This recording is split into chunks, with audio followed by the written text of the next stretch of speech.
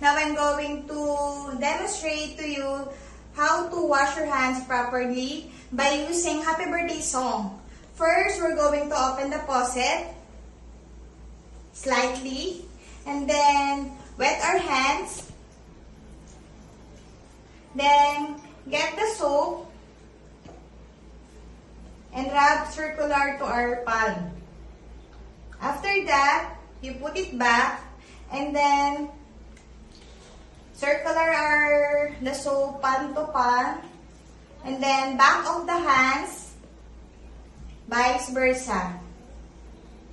And palm to palm with fingers interlock and then back of the fingers, opposing palm with fingers interlock. Then rotational rubbing our thumb, first in the left hand, left thumb, and then second in the right thumb. Then rotational rubbing our fingertips, fingernails, into our left fingers, like this one, vice versa. And also, lastly, rotational rubbing our wrist up to forearms, vice versa. And then after you finish that, we rinse our hands down to our elbows, like this one.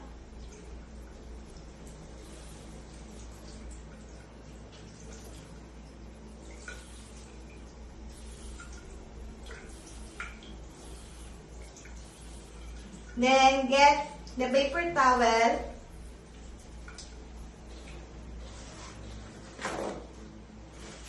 First, in upward position, fingertips downward. Then throw. Then next, the other palm. First, fingertips downward. Then after that, you close the faucet using paper towel. And that's all, guys. Thank you everyone for listening to me. Bye!